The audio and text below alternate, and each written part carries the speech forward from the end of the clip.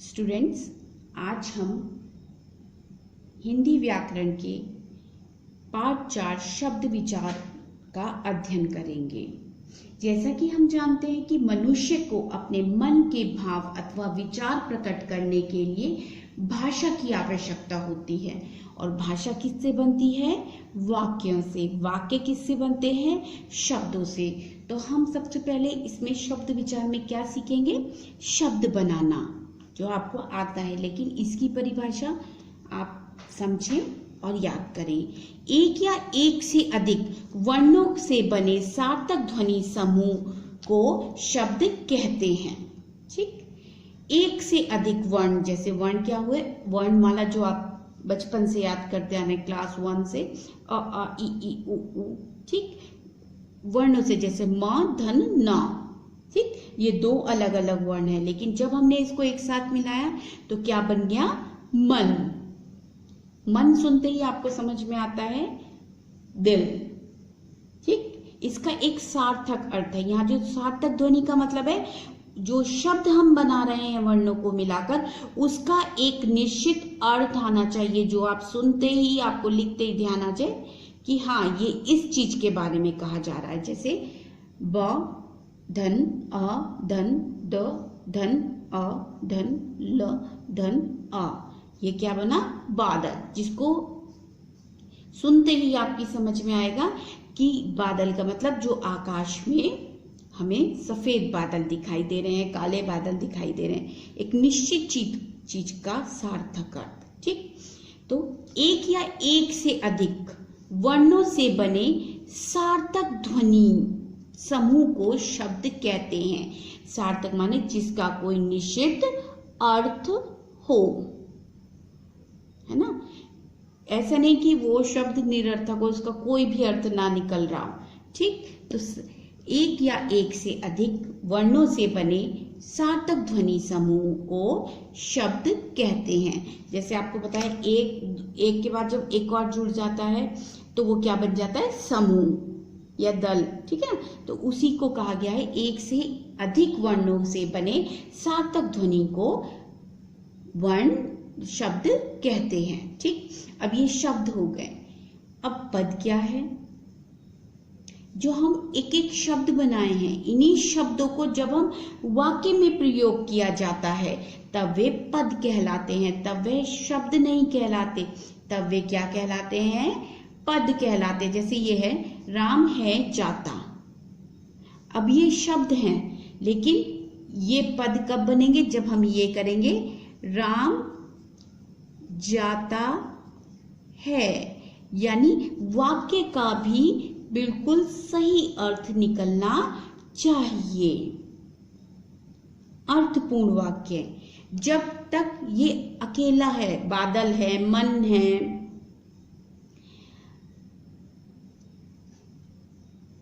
ठीक, मन है, बादल है, ये अलग अलग हैं।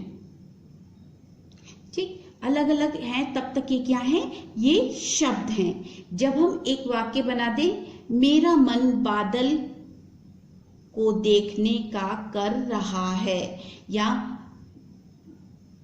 आज बादल देखने का मन कर रहा था, तब ये शब्द नहीं रहे, तब ये लिखा हुए क्या कहलाएंगे? ये सब पद कहलाएंगे। जब शब्दों का प्रयोग वाक्य में किया जाता है, ये एक सार्थक वाक्य बन गया। जब शब्दों का प्रयोग वाक्य में कहलाता है, तब वे शब्द क्या कहलाते हैं? पद कहलाते हैं। तब वे शब्द नहीं रहते। ठीक, ऐसे ही एक चीज आपको ये याद करनी पड़ेगी, ये देखनी पड़ेगी कि प्रत्येक शब्द का एक विशेष अर्थ होता है।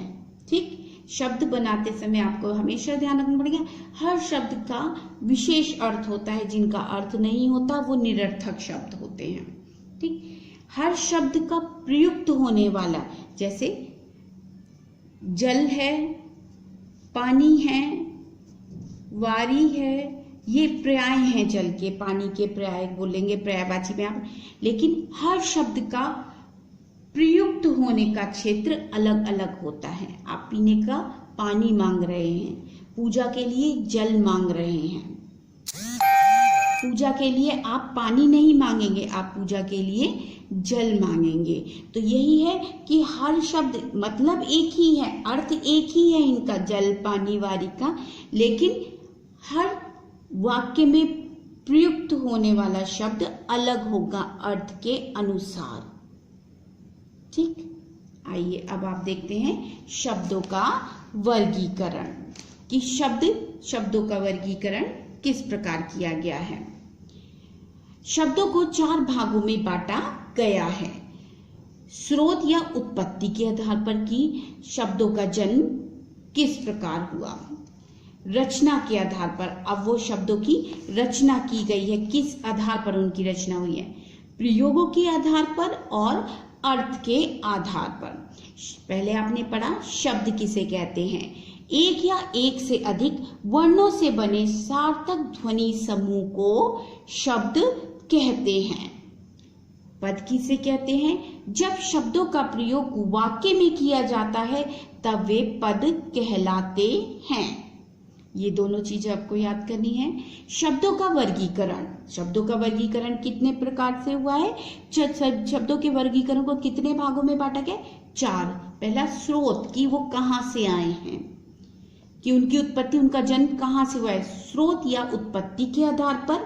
फिर उनका प्रयोग रचना के आधार पर, कि उनकी रचना किस प्रकार हुई है, प्रयोग के आधार पर और अर्थ के आधार पर। पहला वाला हम देखते हैं स्रोत या उत्पत्ति के आधार पर। आज हम सिर्फ इसका अध्ययन करेंगे, स्रोत या उत्पत्ति के आधार पर, कि इन शब्दों का जन्म कहाँ से हुआ, कहाँ से ये आए हैं, ये हमारे देश के हैं, बाहर से आए हैं, इसी चीज को हम देखेंगे। क्योंकि भाषा किससे मिलकर बनी है, शब्दों से, वाक्यों से, मतलब शब्दों से मिलकर बनी है। और जिस तरीके से देश पर आक्रमण होते गए या लोग आते गए, वो अपने शब्द हिंदी भाषा में, उनके शब्द हिंदी भाषा का में मिलते चले गए और हिंदी भाषा का विस्तार होता चला गया। पहला, उत्पत्ति के आधार पर शब्द के 4 भेद हैं। ठीक है, आप स्रोत लिखना चाहें तो लिखिएगा, अगर ना खाली उत्पत्ति के आधार पर भी आप लिख सकते हैं। उत्पत्ति के आधार पर शब्द के 4 भेद हैं, तत्सम, तद्भव, देशज और विदेशी। ठीक, अब आगे देखते हैं।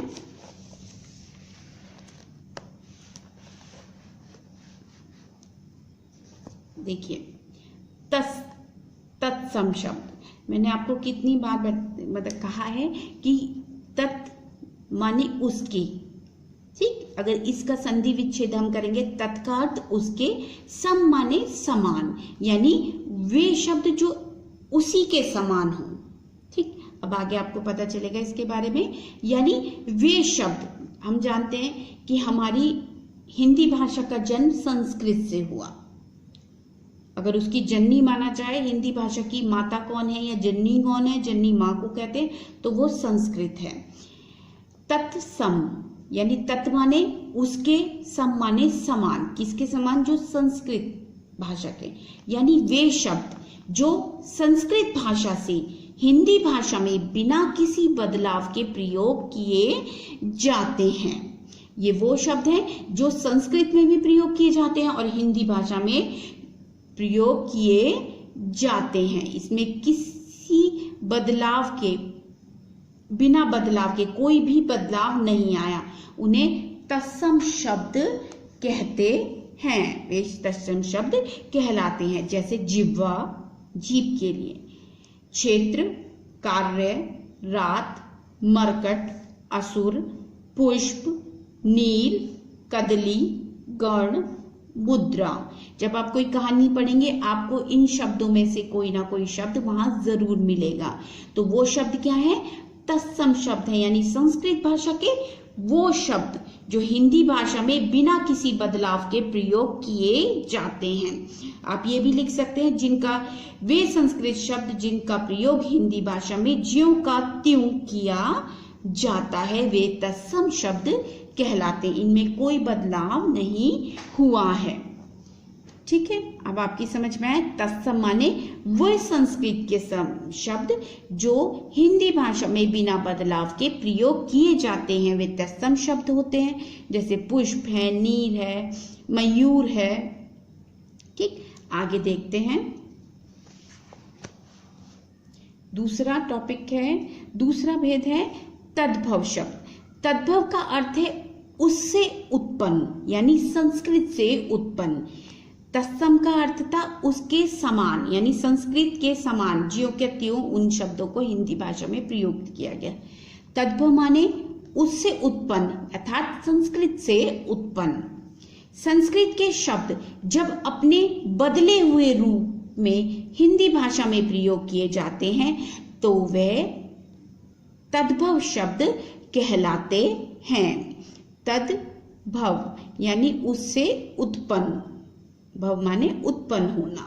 ठीक, तो ये वो शब्द है तद्भव शब्द, वे शब्द जो संस्कृत के शब्द जब अपने बदले हुए स्वरूप में हिंदी भाषा में प्रयोग किए जाते हैं तो तद्भव शब्द कहलाते हैं। जैसे मोर से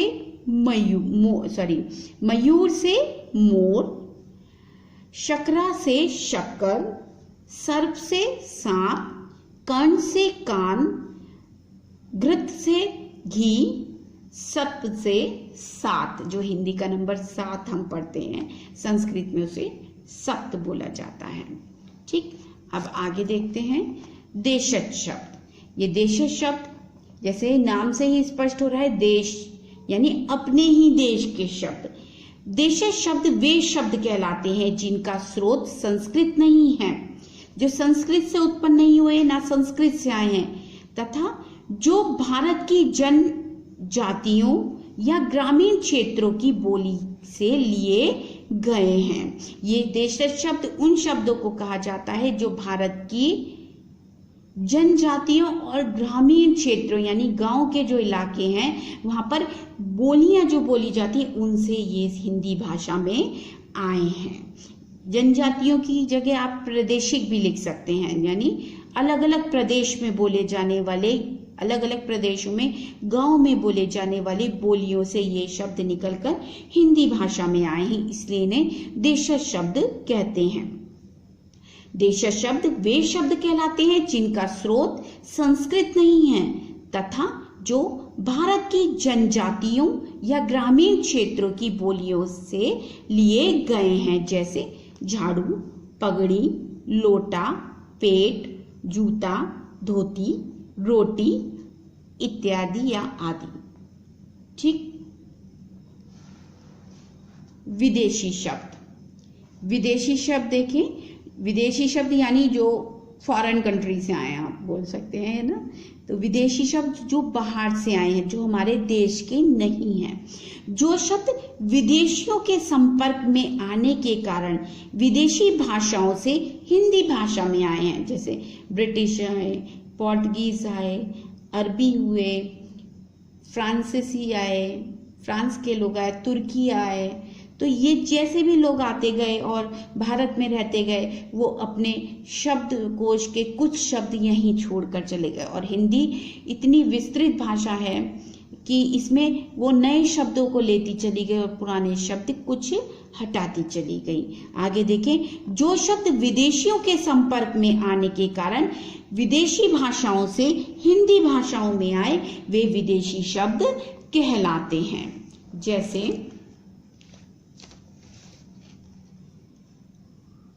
अरबी फारसी शब्द, जैसे अल्लाह, आका, कत्ल, कागज, कानून, कैदी, गरीब, जमींदार, लाश। ठीक, ये वो शब्द हैं जो विदेशी भाषाओं से आए हैं, विदेशी लोगों के संपर्क में आने के कारण विदेशी भाषाओं से हिंदी भाषा में आए हैं। अंग्रेजी शब्द, आपको पता है कि ब्रिटिश ने रूल किया है, भारत पर शासन किया है, तो वो भी बहुत सारे शब्द हमको देके गए।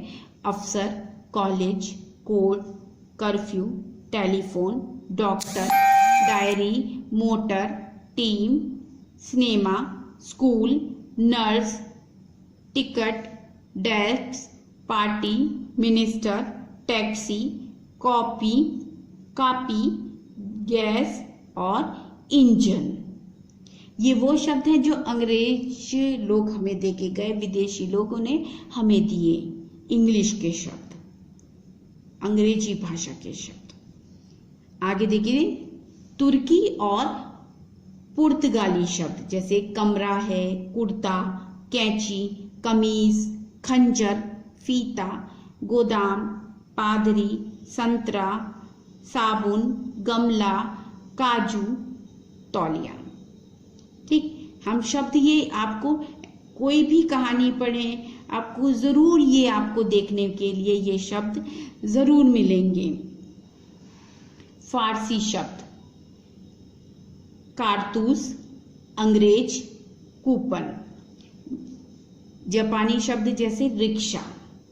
चीनी शब्द में चीनी जो चाइनीज लोग आए जो व्यापार करने के लिए, वो छोड़ के गए चाय और लीची। ठीक, ये आपकी बुक में सिर्फ इतना है, लेकिन इसका एक भाग और है, संकर शब्द।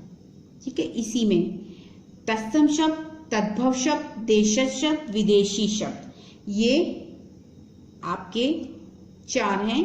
5वां संकर शब्द भी होता है। ठीक, 2 विभिन्न भाषाओं के शब्दों से मिलकर जो नया शब्द बनता है उन्हें संकर शब्द कहते हैं। जैसे हिंदी और संस्कृत से बने शब्द वर्षगांठ, जैसे आप बर्थडे बोलते हैं, जन्मदिन बोलते हैं, वर्षगांठ। मांग पत्र, पूंजीपति, ये हिंदी और संस्कृत के मेल से बना है। वर्ष हिंदी का शब्द है और गांठ संस्कृत का शब्द है। हिंदी और फारसी से बने किताब घर, घड़ी साज, थानेदार, डाकखाना, पानदान। पान हिंदी का शब्द है और दान फारसी का शब्द है। ठीक, आगे देखेंगे संस्कृत और अंग्रेजी से बने शब्द, रेलगाड़ी, रेडियो तरंग।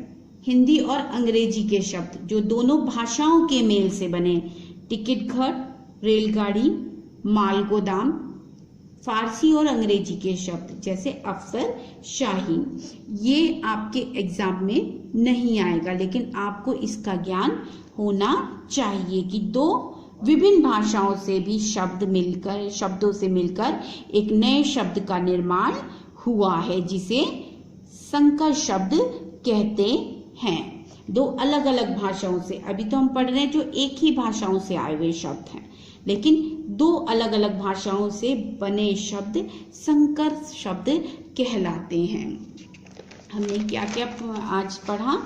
पहला, शब्द विचार में हमने पढ़ा शब्द किसे कहते हैं। एक या एक से अधिक वर्णों से बने सार्थक ध्वनि समूह को शब्द कहते हैं। पद किसे कहते हैं? जब शब्दों का प्रयोग वाक्य में किया जाता है तब वे पद कहलाते हैं। लेकिन आपको ये ध्यान रखना पड़ेगा कि शब्दों के प्रयोग से बने हुआ वाक्य सार्थक होना चाहिए।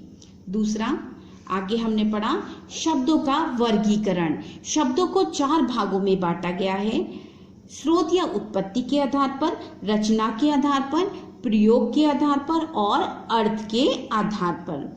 हमने इसका शब्दों का पहला भाग पढ़ा हमने, स्रोत या उत्पत्ति के आधार पर। स्रोत और उत्पत्ति के आधार पर शब्दों को 4 भागों में बांटा गया, तत्सम, तत्पद, देशज और विदेशी। तत्सम शब्द वे शब्द जो संस्कृत भाषा से हिंदी भाषा में ज्यों के बिना बदलाव के आए हैं। ठीक, तद्भव शब्द वे शब्द जो संस्कृत भाषा के शब्द हैं परंतु हिंदी भाषा में कुछ बदलाव के साथ आए हैं, वो तद्भव शब्द। देशी शब्द जो हमारे ही जो भारत की जनजातियों और ग्रामीण क्षेत्रों में बोली में बोले जाने वाले शब्द वो देशज शब्द हैं। विदेशी शब्द जो विदेशी भाषाओं से हिंदी साहित्य के अंदर या हिंदी भाषा के अंतर्गत आए हैं। अब आप इसका अध्ययन करेंगे और इसे याद करेंगे। अगली वीडियो में हम रचना के आधार पर और प्रयोग के आधार पर शब्दों का वर्गीकरण पढ़ेंगे।